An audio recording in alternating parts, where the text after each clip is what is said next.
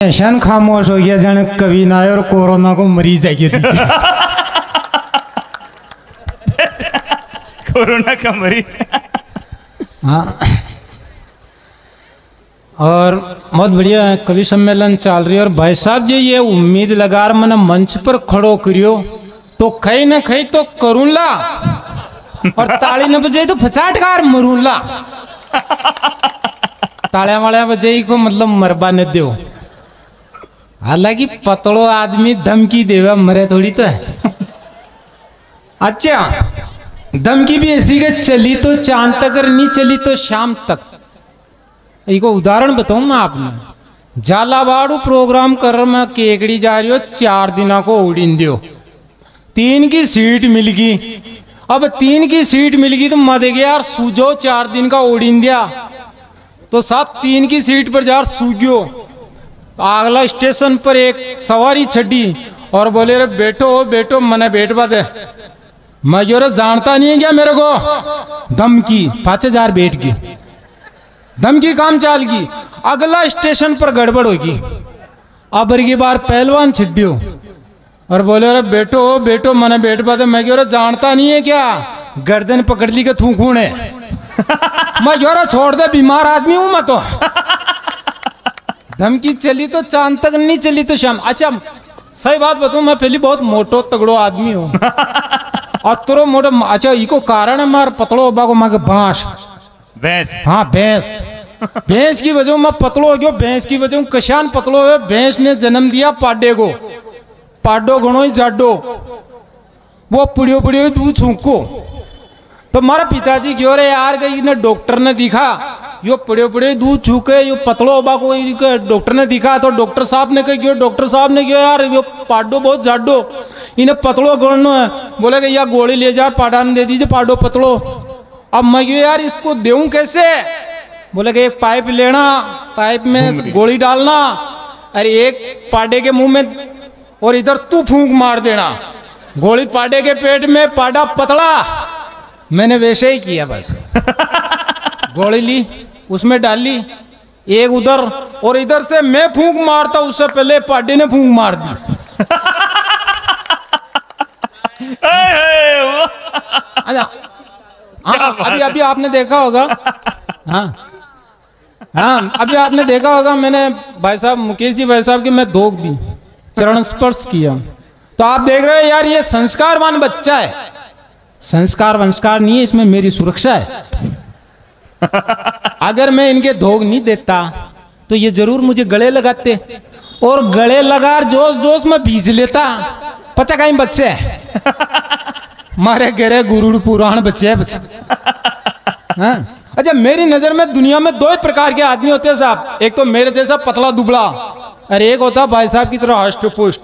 अच्छा ये मोटे तो मोटे क्यों होते हैं और पतले पतले क्यों होते हैं। बात अगर समझ में आ जाए तो पूरा पांडाल मस्ती लेना कि मुझे तो मेरी लुगाई की टेंशन खाए जाती है। शादी के बाद में ये टेंशन सभी के घरों में भी पाई जाती है। जय हो। फिर भी लोग हष्ट पुष्ट और शरीर से बड़े करड़े होते हैं। करड़े तो इसलिए होते हैं ये दांत पर नसलडे होते हैं। हाँ? अच्छा मैं सही बात बताऊं मेरे पिताजी को मैंने कहा यार पिताजी मेरी शादी करवाओ। मेरे पिताजी ने कहा जब तक तू तेरे पैरों पे खड़ा नहीं होगा तेरा ब्याह नहीं होगा। अब आप ही बताओ भाई साहब मैं कोई विकलांग आदमी हूँ क्या। पैरों पे खड़ा हूँ। फिर भी मेरे पिताजी मेरी जिंदगी आगे हार गए और छोरी देखने बिहार गए। वो जानते हैं कि यहाँ राजस्थान में तो इसको पढ़ने वाला कोई है ही नहीं क्योंकि ये रात भर तो कवि सम्मेलन में रोता फिरे। अरे इसकी शादी कर दे तो घर पे दूसरे रोते फिरेंगे। जय हो। तो मेरे पिताजी जिंदगी आगे हार गए और लड़की देखने बिहार गए तो मेरी होने वाली सास ने कहा कि ब्याह जी रिश्ता तो मंजूर है पर हमारी छोरी भोली इतनी बोली है यूं मान लो गाय है ये गाय। तो मेरे पिताजी ने कहा जोड़ी जोरदार है फिर तो। अगर तुम्हारी छोरी गाय है तो मेरा छोरा भी बैल ही है। अच्छा बैल का मतलब कम अक्कल वाला। अब उसको पता चल गया कि ये बैल है। लक्ष्मी पूजन के दूसरे दिन फटाफट में बैग जमाया और जाने लगा तो बोली कि आज कहाँ जा रहे हो। मैंने कहा कवि सम्मेलन में। बोले आज तो जा ही नहीं सकते आज तो बैल पूजन है। हाँ अच्छा मैं बहुत डापा अच्छा अब मैं जहाँ से आता हूँ वो केकड़ी है।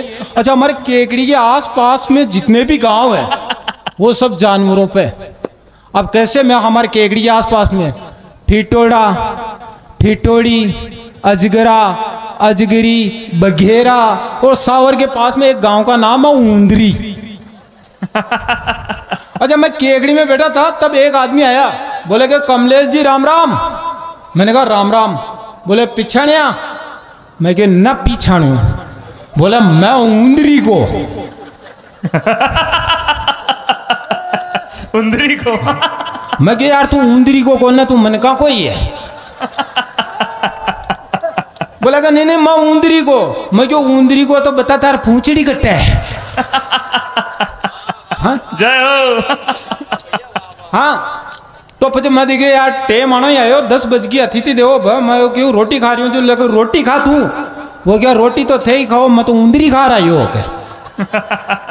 स्थिति हो जाओ। अच्छा मैं सही बात बताऊं ई मुकाम पर एक टीम बहुत लंबी चौड़ी है आनंद का और बादशाह विराजमान है तो मैं ई मुकाम पर एक कविता खड़ी करूं और कविता त्री की एक मने देखो आप। मैं हमेशा कविता या तो मार पत्नी पर लिखूं या मारा ऊपर लिखूं और मने देखो और आनंद लीजिए कविता को। जय हो। बिल्कुल विजय भैया नहीं है कविता। वाली पंच वाली भी सुनो। अब मने देखिए और आनंद लीजिए। अब मैं कुछ कहना चाहता हूं जो मेरी बात को गौर से सुनना जो मैं कह रहा हूं। मेरी बात गौर से सुनना जो मैं कह रहा हूं। मैं नहीं सुनता किसी के बाप की क्योंकि मैं जन्म से ही बहरा हूं। हालांकि भगवान का दिया हुआ ये अच्छा वरदान है। बोलेगे जा बेटा दुनिया में मौज कर। सबके तो 2-2 तेरे 1.5 कान है। हालांकि 1.5 कान का बहुत फायदा। भाई साहब ये जो कान कम सुनता है ना आदमी 1.5 कान का मैंने एक दिन भरपूर फायदा उठाया था जब मेरे घर मेरे दोस्त पैसे मांगने आया था। वो बोले जी पैसे चाहिए। मैंने कहा कैसे आना हुआ बताइए। उसने कहा जी पैसे चाहिए। मैंने कहा कैसे आना हुआ बताइए। ये का ये एपिसोड 1 घंटे तक चला। उस बेचारे का बैठ गया था गला। आखिरकार में वो अपने घर लौट गया और आप यकीन मानिए मेरे घर की चाय तक छोड़ गया।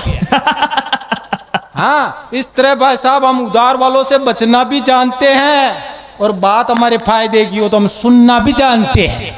जय हो।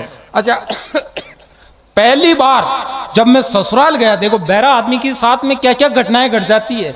जब पहली बार मैं लड़की देखने ससुराल गया तो मेरी होने वाली पत्नी मेरे लिए चाय ला रही थी। उसी समय मुझे भाई साहब भयंकर टेंशन खा रही थी क्योंकि उस समय बन गया था गजब का सीन। सास ससुर साला साली सब बेटे तेर खराब होगी अपनी कान की मशीन। मैंने सोचा रे यार यहाँ तो किस्मत अपनी फूटनी है। ये सगाई भी अब टूटनी है। ये कुछ बोले उससे पहले अपन बोल दो और बहरेपन के सब राज खोल दो। तो भाई साहब मैंने हाथ जोड़ करके कहा मैं आपकी समाज का बच्चा हूँ दिल का अच्छा हूँ और मुझे आपकी बेटी पसंद है पर भगवान की दया से मेरा एक कान तो बिल्कुल ही बंद है। हालांकि उसी समय मेरे ससुर जी ने 100 का नोट थमाया और हमारे रिश्ते पे लगा दी मोहर। वो बन गई हमारी बेगम और हम बन गए उनके शोहर। जय हो। जय हो। जय। हालांकि मेरे ससुर जी ने उसी समय 100 का नोट थमाया और हमारे रिश्ते पर लगा दी मोहर। वो बन गई हमारी बेगम हम बन गए उनके शोहर। उस समय मुझे लगा कि मेरे ससुर जी दिल के बड़े नेक हैं। शादी के बाद में पता चला रहे यार लुगाई के कान तो दोनों पेटी पेक है। ये लो। एक वार्ड पंच। हालांकि दोनों पेटी पेक है। पेटी पेक का बहुत फायदा। मेरे घर में कभी नहीं फैलता रायता। ना किसी बात का लड़ाई झगड़ा ना किसी बात का कोई लफड़ा। जब मैं कहता हूं तो वो नहीं सुनते और जब वो कहती तो हम नहीं सुनते और जब दोनों बोलने लग जाए तो मोहल्ले वाले सुनते। शादी से लेकर अब तक मेरे घर में शांति का माहौल है। इसमें सबसे ज्यादा तो हमारे कानों का ही तो रोल है। कमाल। अच्छा नहीं हंसने की बात नहीं एक ये समस्या भी है वो कम सुनने वाले के लिए। भाई साहब मैं सब्जी मंडी से हम दोनों पति पत्नी जा रहे थे। पीछे सब्जी वाले ने आवाज लगाई कि भाभी जी आलू और हमने सुना भाभी जी नहीं बालू। नहीं, आप गलत समझ गए। उसने कहा भाभी जी आलू, मैंने सोचा भाभी जी भालू। बहुत सारी घटनाएं घट जाती, मैं सही कह रहा हूँ। बहरा आदमी है ना, अच्छे अच्छों की बैंड बजवा देता है, और आप यकीन मानिए जिंदा लोगों की अर्तियां भी सजवा देता है। वो ऐसा हुआ कि मेरा पड़ोसी रामलाल हॉस्पिटल में भर्ती था। पड़ोसी रामलाल, मैंने सोचा रे पूछ आते उसका हाल। जैसे ही मैं हॉस्पिटल में गया तो रामलाल मुझे नजर नहीं आया। मैंने पड़ोसी मरीज से पूछा तो उसने बताया कि रामलाल जी अभी अभी उधर गए, और हमने सुना रामलाल जी अभी अभी गुजर गए।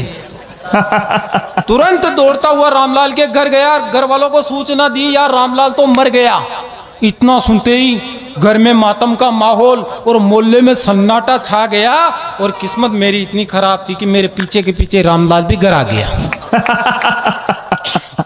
भाई साहब, मोहल्ले वाले मुझे मारने के लिए उतावले हो गए, हद से ज्यादा बावले हो गए। और जैसे ही वो मुझे मारने के लिए दौड़े तो मैंने भी शब्दों के व्यंग बाण छोड़े।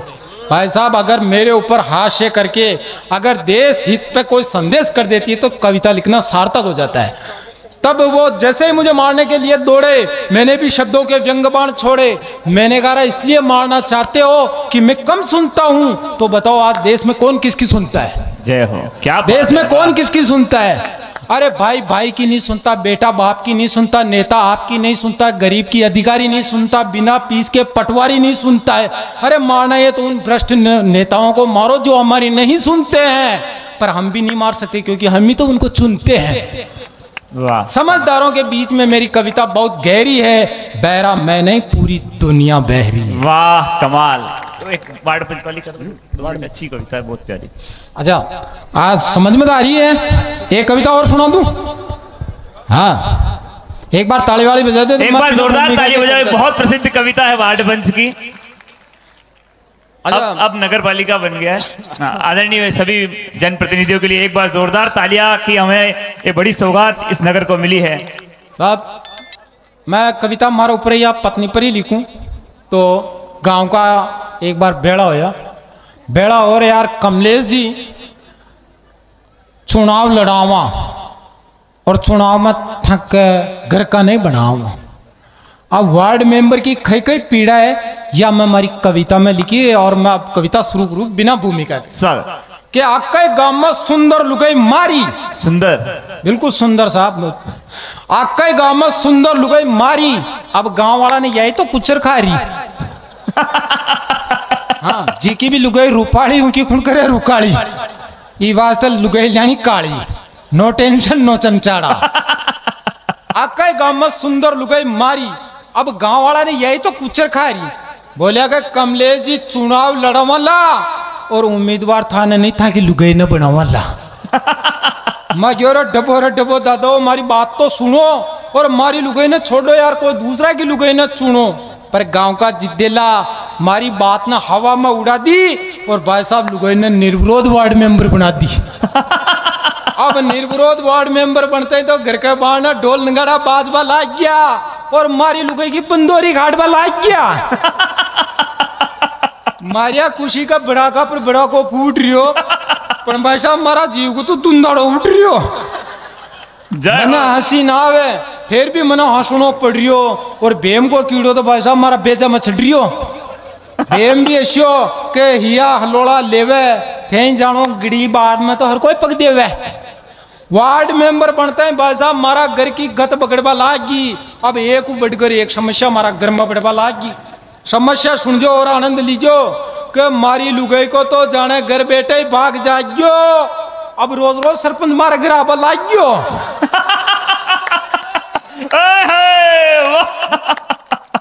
सरपंच की छोड़ो, सचिव भी कम कौन है, वो भी आए दिन दिमाग का धक्को दे जावे और नरेगा चेक करवाना रोज मारी लुगाई ने ले जावे। छाती पर बाटा मेल रेवा। अब थे बताओ सचिव न सरपंच ने तो कही के वहां। अच्छा समस्या सुनो, एक दिन तो सुबह सुबह दिमाग खराब करवा यो लालो आता ही बोलियोगा कमलेश जी बार का बार थे मसाना में चाल लो। मैं कह रहा सुबह सुबह तो मुंडो सीधो बोल भाई। अरे जीवता आदमी नहीं मसाना में ले जाए कहीं का दिमाग खराब कर रियो है। पूछो थने कहीं नंगे मांगियो मसाना में अतिक्रमण कर रियो है।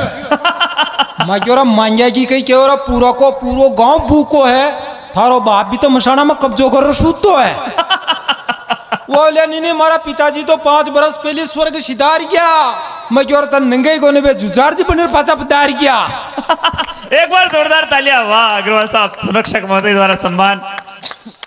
मैं क्यों तन नंगे कोने पे जुजार जी बने पाचा पधार गया, चौराहे पर चूतरो बनार पुजवारिया है। अब थे बताओ लाला राम जी कशाती कर मन थे छुटवारिया है। जय हो। अच्छा भाई साहब, आका तीज पर बेरियो छोरा ने पढ़नावा लग गयो और भगवान की सोगन मार गाटो भेजो पढ़नावा लग गयो।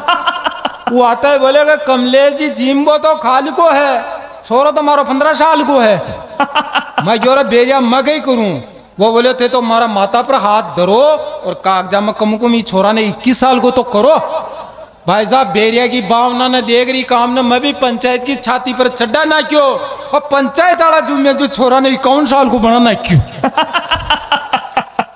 वो आता है बोलेगा कमलेश जी मारा जीव को तो ते कुंडो करना क्यों, और बड़ी जुआनी में थे छोरा ने बूटो करना क्यों।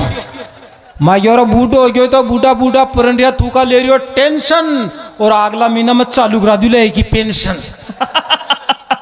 वो बोले पेंशन तो 500 रुपया होते तो 1000 रुपया ले रहे, काम करो जटा तक पेंशन चालू न हो था कि लुगाई ने मारा छोरा का नाम करो।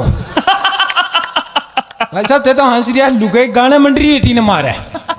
हाँ अच्छा समस्या नहीं है, मोहल्ला में तो कुत्तो भी मर जावे तो मारा जीव ने टेंशन कर जावे, क्योंकि पूरा गांव तो 1.5 शाणों भरेड़ो है, और कुत्ता पर भी पंचायती करी यार यो हड़ क्यों और मरेड़ो है। अब आओ जो हमारा घर की घंटी बजावे कि कमलेश जी बाहर न तो झांको, मोहल्ला में गडगड़ो मर गयो इन पर फांको। ए विरोधी तो भाई साहब बात करे हमेशा लड़ाया की, अब थे बताओ माने मरेड़ा गडगड़ा फांकबा ने मेंबर बनाया है की। तो मारा मुंडा देख मारा पिताजी बोलिया रे कहाँ बावड़े तारी 22 किलो की बॉडी ने 12 किलो पर ला रियो है। मैंने बताया बेटा तने कई चमचाड़ो खा रियो है। मैं क्यों पिताजी मैंने तो मारो वार्डी समझ में ना रियो, और धन्य है मोदी ने जो पूरा हिंदुस्तान चला रियो। कमाल।